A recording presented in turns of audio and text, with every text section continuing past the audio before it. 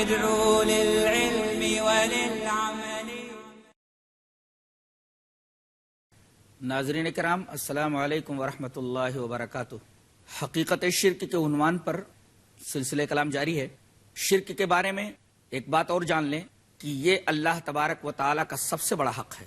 اب سوال یہ ہے کہ اللہ کے اس حق کو اگر کوئی ادا کرے تو اللہ اس کو کیا بدلہ دے گا، اور اگر اس حق کو نہ ادا کرے تو اسے کیا سزا ملنے والی ہے. آئیے ایک حدیث پاک کی روشنی میں اس کو دیکھتے ہیں.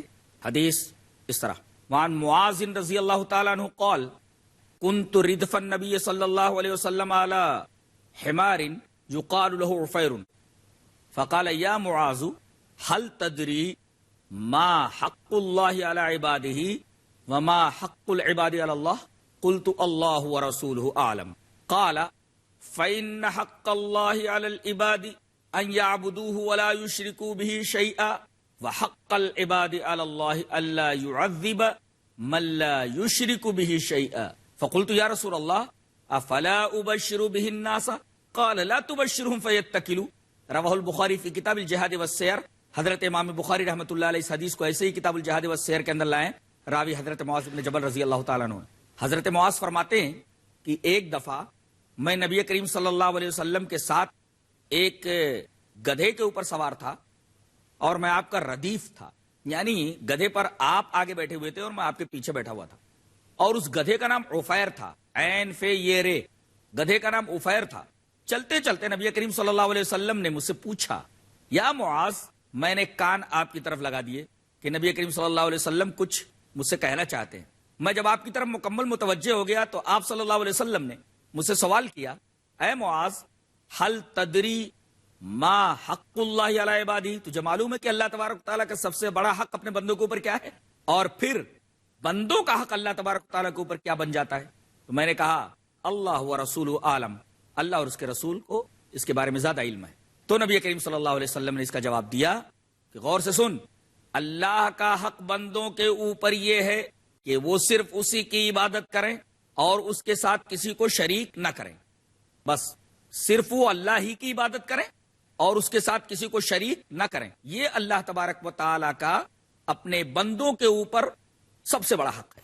اور اگر بندے اللہ کا یہ حق پورا کر لے جائیں، یعنی صرف اسی کی عبادت کریں، اس کے ساتھ کسی کو شریک نہ کریں، تو فائدہ کیا ہوگا، اللہ اس کا بدلہ کیا دے گا، وہ بتایا گیا. اور اللہ تبارک و تعالی کے اوپر بندوں کا یہ حق ہو جاتا ہے کہ اللہ ایسے بندے کو عذاب نہ دے، یعنی جہنم میں نہ ڈالے. حضرت معاذ نے سنا تو گدھے پر سے اترنا چاہا، اس لیے کہ یہ بہت عظیم بات تھی. کہا کہ کیا کر رہا ہے؟ کہا کہ اے اللہ کے رسول، قلت یا رسول اللہ، میں نے کہا اللہ کے رسول افلا ابشر بہ الناس، میں گدھے پر سے اتر کر کے جاؤں اور لوگوں کو اس بات کی خبر نہ دے دوں، اس بات کی خوشخبری نہ دے دوں کہ شرک سے بچنا اور توحید کے اوپر کاربند رہنا یہ اللہ تبارک و تعالیٰ کا بہت بڑا حق ہے، اور اگر کوئی اس کے اوپر کاربند رہتا ہے تو اللہ تبارک و تعالیٰ اسے سزا نہیں دے گا، اسے جہنم میں نہیں ڈالے گا. تو نبی کریم صلی اللہ علیہ وسلم نے حضرت معاذ سے یہ کہا لا تبشرہم، رہنے دو، ان کو خوشخبری دینے کی ضرورت نہیں ہے. وہ لوگ اعمال سے غافل ہو جائیں گے، بے پرواہ ہو جائیں گے اور اسی کے اوپر تکیہ کر لیں گے، بھروسہ کر لیں گے. ان کو اچھے اچھے اعمال کرنے دو. رہا توحید پر کاربند رہنے کا بدلہ اور شرک سے بچنے کا بدلہ، وہ اپنی جگہ وہی ہے جو میں نے ابھی بیان کیا. اس حدیث پاک سے جو حضرت معاذ بن جبل سے مروی ہے اور حضرت امام بخاری رحمۃ اللہ علیہ کتاب الجہاد والسیر کے اندر لائے ہیں، پتہ یہ چلا کہ اللہ تبارک و تعالیٰ کا سب سے بڑا حق توحید ہے اور شرک سے اپنے آپ کو بچانا ہے. شرک کے بارے میں یہ حقیقت بھی کھل کر کے ہمارے سامنے آ گئی. شرک کے بارے میں ایک اہم چیز اور جان لیں، اس زمین کے اوپر پہلا انسان جو آیا وہ پہلا نبی بھی تھا، یعنی ہم سب کے باپ حضرت آدم علیہ السلام اور ہم سب کی ماں حضرت حوا علیہ السلام. حضرت آدم اس زمین پر پہلے انسان ہیں اور پہلے نبی بھی ہیں. وہ جب زمین پر اترے تو توحید لے کر ہی آئے، اس لیے کہ اللہ تبارک و تعالی نے سورہ بقرہ کے اندر ارشاد فرمایا قلنا اهبطوا منها جميعا فإما يأتينكم مني هدى فمن تبع هدايا فلا خوف عليهم ولا هم يحزنون. تم سب کے سب یہاں سے اتر جاؤ، زمین پر چلے جاؤ، اور زمین پر میری طرف سے تمہارے پاس ہدایت آئے تو جو میری ہدایت کی پیروی کرے گا اسے کوئی خوف نہیں ہوگا اور نہ ایسے لوگوں کو کوئی غم ہوگا۔ سورہ بقرہ کی اس آیت کریمہ سے یہ معلوم ہوا کہ اللہ تبارک و تعالی نے جب حضرت آدم کو زمین پر بھیجا حضرت حوا علیہ السلام کے ساتھ تو توحید دے کر کے بھیجا، اور یہ سلسلہ چلتا رہا یہاں تک کہ لوگ شرک میں مبتلا ہو گئے، تو اللہ تبارک و تعالی نے حضرت نوح علیہ السلام کو بھیجا کہ وہ لوگوں کو شرک کی قباحت اور شناعت بتائیں اور لوگوں کے سامنے درس توحید رکھیں۔ تو حضرت نوح علیہ السلام ان کے درمیان اللہ کی طرف سے تشریف لائے۔ یہ بات حضرت ابن عباس رضی اللہ تعالی عنہما سے مروی ایک روایت کے اندر ہے، جس روایت کو حضرت امام بخاری رحمۃ اللہ علیہ بخاری شریف کتاب التفسیر کے اندر لائے ہیں۔ روایت اس طرح، وان ابن عباس رضی اللہ تعالی عنہما صارت الاوثان التي كانت في قوم نوح في العرب بعد اما ود كانت لكلب بدومة الجندل واما سواع كانت لهزيل واما يغوث فكانت لمراد ثم لبني غطيف بالجوف عند صبا واما يعوق فكانت لحمدان واما نصر فكانت لحمير لآل ذي الكلاع اسماء رجال صالحين من قوم نوح فلما هلكوا اوحى الشيطان الى قومهم ان انسبوا الى مجالسهم التي كانوا يجلسون انصابا وسموها باسمائهم ففعلوا ذلك فلم تعبد حتى اذا هلك اولئك وتنسخ العلم عبدت۔ رواہ البخاری فی کتاب التوحید۔ حضرت امام بخاری اس روایت کو اسی طریقے سے بخاری شریف کتاب التفسیر کے اندر لائے ہیں۔ راوی حضرت عبداللہ ابن عباس رضی اللہ تعالیٰ عنہما ہیں۔ حضرت ابن عباس رضی اللہ تعالیٰ عنہما فرماتے ہیں کہ وہ بت جو عربوں میں بعد میں آئے در حقیقت یہ قوم نوح کے بت تھے۔ ان میں سے ایک بت کا نام ود تھا، قبیلے کلب جو دومت الجندل کے مقام پہ رہتا تھا اس کی پوجا کرتا تھا۔ ایک بت کا نام تھا سوا، قبیلے حزیل اس کی پوجا کرتا تھا، اور تیسرا بت تھا یغوس، بنو مراد اس کی پوجا کرتے تھے، اور سبا کے قریب بنو غطیف اس کی پوجا کرتے تھے، اور چوتھا بت تھا یعوق، ایک قبیلہ تھا ہمدان، یہ اس کی پوجا کرتا تھا، اور پانچواں بت تھا نصر، اسے حمیر قبیلہ آل ذی الکلا وہ پوجا کرتا تھا۔ یہ سب نوح علیہ السلام کی قوم کے نیک لوگ تھے۔ اسماء رجال صالحین من قوم نوح، نوح علیہ السلام کی قوم کے نیک لوگ تھے۔ جب ان کی وفات ہو گئی، یہ لوگ دنیا سے چلے گئے، تو شیطان آیا، انہیں یہ پٹی پڑھائی، ان سے یہ کہا کہ جہاں یہ لوگ بیٹھتے تھے ان کی جگہ پر ان کے اسٹیچوز بنا لو اور ان کے نام پر ان اسٹیچوز کو موسوم کر دو۔ ان لوگوں نے ایسا ہی کیا، لیکن عبادت نہیں کرتے تھے۔ جب یہ موجودہ نسل اس دنیا سے چلی گئی اور بعد والی نسل آئی، تو شیطان نے آ کر کے ان کو یہ بتایا کہ جانتے ہو پہلے لوگوں نے ان کو اس جگہ پر کیوں مقرر کیا تھا؟ ان کی پوجا کرتے تھے، لوگ پورے کے پورے ان کی پوجا میں لگ گئے۔ کیوں؟ نبی کریم صلی اللہ علیہ وسلم کی اس حدیث کے اندر یہ بات موجود ہے، وَتَنَسَّخَ الْعِلْمُ، علم نہیں رہا، اس وجہ سے وہ لوگ ان کی عبادت میں مشغول ہو گئے۔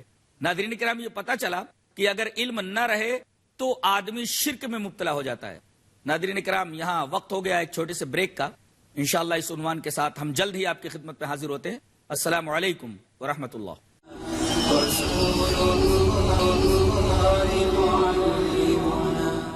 ناظرین کرام، السلام علیکم ورحمۃ اللہ وبرکاتہ۔ حقیقت شرک کے عنوان پر سلسلہ کلام جاری ہے۔ ہم نے ابھی یہ بتایا کہ حضرت ابن عباس رضی اللہ تعالی عنہما فرماتے ہیں کہ وہ بت جو عربوں میں بعد میں آئے در حقیقت یہ قوم نوح کے بت تھے۔ ان میں سے ایک بت کا نام ود تھا، قبیلے کلب جو دومت الجندل کے مقام پہ رہتا تھا اس کی پوجا کرتا تھا۔ ایک بت کا نام تھا سوا، قبیلے حزیل اس کی پوجا کرتا تھا، اور تیسرا بت تھا یغوس، بنو مراد اس کی پوجا کرتے تھے، اور سبا کے قریب بنو غطیف اس کی پوجا کرتے تھے، اور چوتھا بت تھا یعوق، ایک قبیلہ تھا ہمدان، یہ اس کی پوجا کرتا تھا، اور پانچواں بت تھا نصر، اسے حمیر قبیلہ آل ذی الکلا وہ پوجا کرتا تھا۔ یہ سب نوح علیہ السلام کی قوم کے نیک لوگ تھے۔ اسماء رجال صالحین من قوم نوح، نوح علیہ السلام کی قوم کے نیک لوگ تھے۔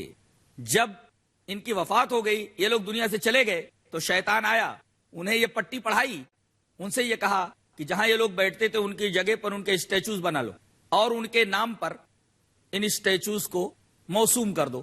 ان لوگوں نے ایسا ہی کیا، لیکن عبادت نہیں کرتے تھے.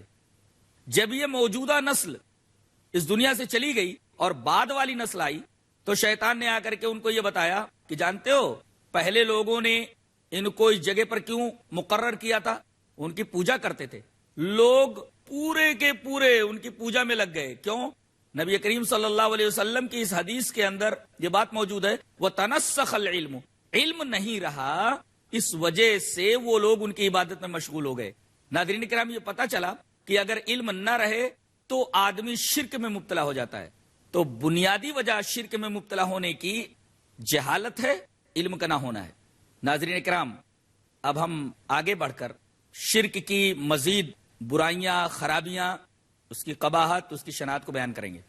سب سے پہلی چیز تو یہ جاننا ضروری ہے کہ شرک سب سے بڑی ناشکری ہے. شرک اللہ تبارک و تعالیٰ کی سب سے بڑی ناشکری ہے. اللہ نے سورہ ابراہیم کے اندر ارشاد فرمایا وَإِن تَعُدُّوا نِعْمَةَ اللَّهِ لَا تُحْصُوهَا إِنَّ الْإِنسَانَ لَظَلُومٌ کفار. اگر تم اللہ کی ایک نعمت کو شمار کرنا چاہو تو تم شمار نہیں کر سکتے. بے شک انسان بڑا ہی ظالم، بڑا ناشکرا ہے، اور سب سے بڑا ناشکرا مشرک ہوتا ہے.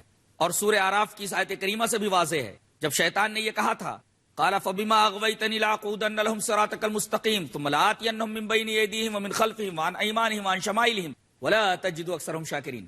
اس صراط مستقیم پر میں بیٹھ جاؤں گا اور اس پر چلنے والے کے اوپر آگے سے حملہ کروں گا، پیچھے سے حملہ کروں گا، دائیں سے حملہ کروں گا، بائیں سے حملہ کروں گا. مقصد یہ ہوگا کہ ولا تجد اکثرهم شاکرین، ان میں سے اکثر کو تو شکر گزار نہیں پائے گا، یعنی میں ان کو توحید کے راستے سے ہٹا کر کے شرک کے راستے پر کھڑا کر دوں گا.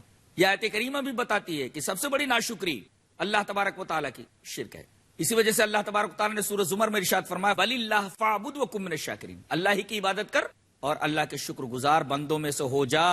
پتہ یہ چلا جو اللہ کی عبادت نہیں کرتا وہ سب سے بڑا ناشکرا ہے، اور جو اللہ ہی کی عبادت کرتا ہے اس کا شمار شاکرین میں ہوتا ہے. ناظرین کرام، شرک کی ایک اور خرابی ہے. وہ خرابی ہے کہ شرک کی وجہ سے آدمی پستی کے تحت سرا میں چلا جاتا ہے. اللہ تعالی نے سورہ حج کے اندر ارشاد فرمایا وَمَن يُشْرِكْ بِاللَّهِ فَكَأَنَّمَا خَرَّ مِنَ السَّمَاءِ فَتَخْطَفُهُ الطَّيْرُ أَوْ تَهْوِي بِهِ الرِّيحُ فِي مَكَانٍ سَحِيقٍ. جو آدمی اللہ کے ساتھ شرک کرتا ہے اس کی مثال ایسے ہے جیسے وہ بلندی سے گر پڑا. وَمَن يُشْرِكْ بِاللَّهِ فَكَأَنَّمَا خَرَّ مِنَ السَّمَاءِ فَتَخْطَفُهُ الطَّيْرُ أَوْ تَهْوِي بِهِ الرِّيحُ فِي مَكَانٍ سَحِيقٍ. بلندی سے گرا اور چڑیوں نے اسے اچک لیا، یا ہوا اسے اڑا لے گئی اور کسی دور دراز جگہ میں لا کر کے پٹک دیا. یعنی مشرک کٹی پتنگ کی طرح ہو جاتا ہے، ہواؤں کے رحم و کرم پر ہو جاتا ہے. ہوا جس طرح چاہے پتنگ کو کہیں بھی لے جا کر کے پھینک دے، ایسے ہی مشرک کا حال ہے کہ اپنے شرک کی وجہ سے وہ پستی کی انتہا میں گرتا چلا جاتا ہے. تو شرک انسان کی پستی کا سبب ہے. نیز شرک کرنے والا سب سے بڑا بے وقوف ہوتا ہے. اللہ تبارک و تعالی نے سورہ بقرہ کے اندر ارشاد فرمایا وَمَن يَرْغَبُ عَن مِّلَّةِ إِبْرَاهِيمَ إِلَّا مَن سَفِيَ نَفْسَهُ. جو ملت ابراہیم سے روگردانی کرے اس نے اپنے نفس کو بے وقوف بنا لیا. اور ملت ابراہیم کیا ہے؟ اللہ تبارک و تعالی نے سورہ آل عمران کے اندر ارشاد فرمایا ما كان ابراہیم یہودیا ولا نصرانیا ولكن كان حنیفا مسلما وما كان من المشرکین. حضرت ابراہیم علیہ السلام کی ایک نمایاں خصوصیت، آؤٹ اسٹینڈنگ ایٹریبیوٹ کہ وما كان من المشرکین، آپ مشرک نہیں تھے، شرک کرنے والے نہیں تھے. یہ ملت ابراہیم ہے. اور سورہ بقرہ کی آیت کریمہ کے اندر کہا گیا کہ جو ملت ابراہیم سے اعراض کرے، روگردانی کرے، وہ سب سے بڑا بیوقوف ہے. یہی وجہ ہے کہ حضرت یعقوب علیہ السلام کی وفات کا جب وقت قریب آیا تو انہوں نے اپنے بچوں کو بلایا اور یہ پوچھا کہ ما تعبدون من بعدی، میرے بعد کس کی عبادت کرو گے؟ تو سب نے یہ کہا تھا قالوا نعبد الہک و الہ آبائک، ہم آپ کے معبود کی عبادت کریں گے اور آپ کے آبا و اجداد کے معبود کی عبادت کریں گے. ناظرین کرام، غور کا مقام یہ ہے کہ ایک نبی اس دنیا سے جا رہا ہے اور اپنے بچوں کو بلا کر کے صرف توحید کی وصیت کر رہا ہے اور یہ پوچھ رہا ہے کہ میرے بعد کس کی عبادت کرو گے. اس سے پتا چلتا ہے کہ توحید یہ سب سے عظیم شے ہے، اس سے بڑی اور کوئی چیز نہیں ہو سکتی، اور اللہ تبارک و تعالیٰ کی سب سے بڑی نعمت ہے جس نعمت سے بڑھ کر اور کوئی نعمت نہیں ہو سکتی. اسی طریقے سے شرک اللہ تبارک و تعالیٰ کی توہین کے مرادف ہے، اس لیے کہ اللہ تبارک و تعالیٰ نے سورہ فاطر کے اندر ارشاد فرمایا یا ایھا الناس انتم الفقراء الی اللہ واللہ هو الغنی الحمید، اے دنیا کے تمام انسانوں تم سب کے سب محتاج ہو، غنی صرف اللہ تبارک و تعالیٰ، قابل تعریف وہی۔ اب اگر کوئی آدمی شرک کرتا ہے گویا کہ اسے اللہ کے مقابل میں کھڑا کر دیتا ہے، یعنی اللہ کو بھی محتاج بنا دیتا ہے، تو اللہ تبارک و تعالیٰ کی توہین کا مرتکب ہوتا ہے۔ یعنی توہین اس طریقے سے ہوئی کہ شرک کرنے والا اللہ تبارک و تعالیٰ کے مقابلے میں ایک ایسی مخلوق کو کھڑا کر دیتا ہے جو خود محتاج ہے، اور انسان یہ کہتا ہے کہ یہ محتاج نہیں غنی ہے۔ تو کیا یہ اللہ کی توہین نہیں ہے کہ ایک فقیر کو غنی بنا کر کے غنی کے مقابلے میں کھڑا کر دیا جائے؟ تو گویا شرک یہ اللہ کی توہین کے مرادف ہے۔ اسی طریقے سے شرک سب سے بڑی بغاوت ہے۔ ناظرین کرام، اگر حکومت کا کوئی فرما روا ہو اور آئینی فرما روا ہو، اس کے باوجود کوئی آدمی کسی دوسرے شخص کو بالکل اسی طریقے سے فرما روا تسلیم کر لے جیسے کہ وہ آئینی فرما روا ہوتا ہے، تو کیا یہ اس حکومت سے بغاوت نہیں ہے؟ اور آپ کو معلوم ہے کہ بغاوت کی سزا صرف اور صرف موت ہے۔ اسی طریقے سے یہ بھی معلوم ہوا کہ شرک یہ جہالت کی تاریک فضا کے اندر جنم لیتا ہے اور جہالت ہی کی فضا کے اندر پیدا ہوتا ہے۔ یہ بات سورہ زمر کی ایک آیت کریمہ سے معلوم ہوئی۔ نبی کریم صلی اللہ علیہ وسلم کو خطاب کر کے کہا گیا، آپ فرما دیجئے قل افغیر اللہ تامرونی اعبد ایھا الجاہلون، اے میرے نبی آپ کہہ دیجئے کیا تم لوگ مجھے اللہ کے علاوہ کی طرف بلاتے ہو؟ کیا تم مجھے اللہ کے علاوہ کا حکم دیتے ہو کہ میں اللہ کے علاوہ بھی کسی کی عبادت کروں؟ ایھا الجاہلون، اے جاہلو۔ اس کا مطلب یہ ہوا کہ غیر اللہ کی عبادت کی طرف بلانے والا جاہل اور غیر اللہ کی عبادت کرنے والا بھی جاہل۔ پتہ یہ چلا سورہ زمر کی اس آیت کریمہ سے کہ شرک یہ جہالت کی تاریک فضا کے اندر جنم لیتا ہے، وہیں پر پنپتا ہے، اور اس کی پوری بنیاد جہالت کے اوپر ہوتی ہے، لا علمی کے اوپر ہوتی ہے۔ کوئی بھی اچھی سوجھ بوجھ والا آدمی شرک نہیں کر سکتا۔ اور سورہ یوسف کی ایک آیت کریمہ سے معلوم ہوتا ہے کہ شرک فطرت کے خلاف ہے۔ حضرت یوسف علیہ السلام کے ساتھ دو آدمی جو جیل کے اندر گئے تھے، وَدَخَلَ مَعَهُ السِّجْنَ فَتَيَانِ، ان دونوں نے خواب دیکھا تھا، اور ان دونوں نے اپنے خواب کی تعبیر جب چاہی تو حضرت یوسف علیہ السلام نے کہا کہ کھانا آنے دو، کھانا آنے تک میں کچھ باتیں تم لوگوں کے سامنے رکھ دوں، اس کے بعد میں خواب کی تعبیر بتاؤں گا۔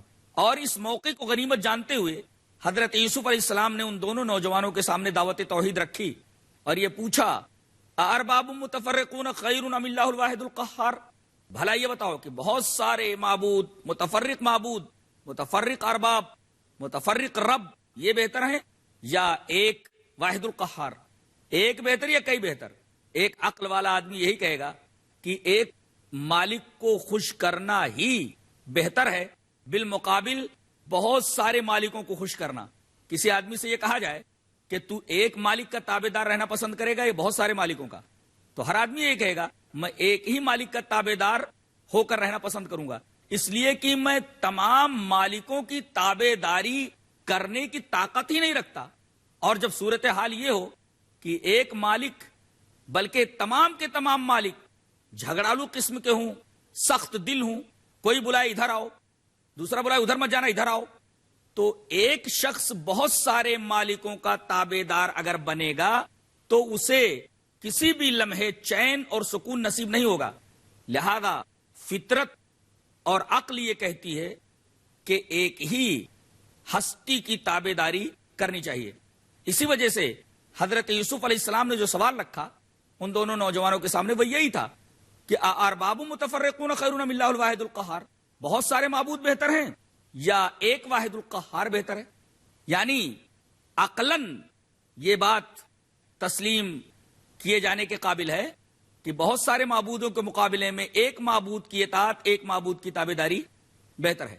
تو گویا شرک عقل کے بھی خلاف ہے، اسی طریقے سے شرک فطرت کے بھی خلاف ہے۔ یہ تو عقل کے خلاف بات ہوئی، شرک فطرت کے بھی خلاف ہے۔ اس سلسلے میں وہ حدیث آپ کے سامنے پیش کر دوں جسے امام بخاری رحمۃ اللہ علیہ کتاب الجنائز کے اندر لائے، راوی حضرت ابو ہریرہ، حدیث اس طرح وعن ابی ہریرہ رضی اللہ تعالی عنہ قال قال رسول اللہ صلی اللہ علیہ وسلم ما من مولود الا یولد علی الفطرہ فابواہ یحودانہ او ینصرانہ او یمجسانہ کما تنتج البہیمۃ بہیمۃ جمعا هل تحسون فيها من جداء ثم يقول ابو هريره رضی اللہ تعالی عنہ فطرۃ اللہ التی فطر الناس علیہا لا تبدیل لخلق اللہ ذلک الدین القیم، رواہ البخاری فی کتاب الجنائز۔ حضرت امام بخاری سے حدیث پاک کو ایسے کتاب الجنائز کے اندر لائے، راوی حضرت ابو ہریرہ۔ حضرت ابو ہریرہ فرماتے ہیں کہ نبی کریم صلی اللہ علیہ وسلم نے ارشاد فرمایا کہ ہر بچہ فطرت پر پیدا ہوتا ہے، یعنی جو بھی بچہ دنیا میں آتا ہے وہ توحید لے کر کے آتا ہے۔ ماں باپ اگر یہودی ہیں تو اسے یہودی بنا دیتے، ماں باپ اگر نصرانی ہے تو اسے نصرانی بنا دیتے، ماں باپ مجوسی ہے تو اسے مجوسی بنا دیتے۔ پتہ یہ چلا کہ فطرت انسان کی ہے کہ وہ توحید لے کر کے آتا ہے، ماحول اس کا جیسا ہوتا ہے اسی میں ڈھل جاتا ہے۔ اگر ماحول مشرکانہ ہے تو شرک کے ماحول میں ڈھل جاتا ہے۔ شرک کے نقطۂ نظر سے اگر ناظرین کرام دیکھا جائے تو دنیا کے ہر شے، ہر مخلوق معبود بننے کی پوزیشن میں ہے، بس اتنی دیر ہے کہ آدمی بس اس کو اپنا خدا مان لے، اس کو اپنا کارساز مان لے، حاجت روا مان لے۔ شاعر نے بالکل صحیح کہا کہ رند جو ظرف اٹھا لے وہی ساغر بن جائے، رند جو ظرف اٹھا لیں وہی ساغر بن جائے، اور جس جگہ بیٹھ کے پی لیں وہی میخانہ بنے۔ یعنی شرک کے نقطۂ نظر سے ہر مخلوق یہ معبود بننے کے قابل ہے، بس دیر اتنی ہے کہ آدمی اس کو اللہ مان لے، اپنا معبود مان لے۔ ناظرین کرام، یہ شرک کی حقیقت پر ایک تبصرہ تھا جو آپ حضرات کے سامنے پیش کیا گیا۔ انشاءاللہ دوسرے ایپیسوڈ کے اندر کسی نئے عنوان کے ساتھ ہم آپ کی خدمت میں حاضر ہوں گے۔ تب تک کے لیے ہمیں اجازت دیں۔ السلام علیکم ورحمۃ اللہ وبرکاتہ۔ هذا القرآن يوحدنا لطريق الخير يوجهنا، الله تعالى أنزله ورسول الله معلمنا، ورسول الله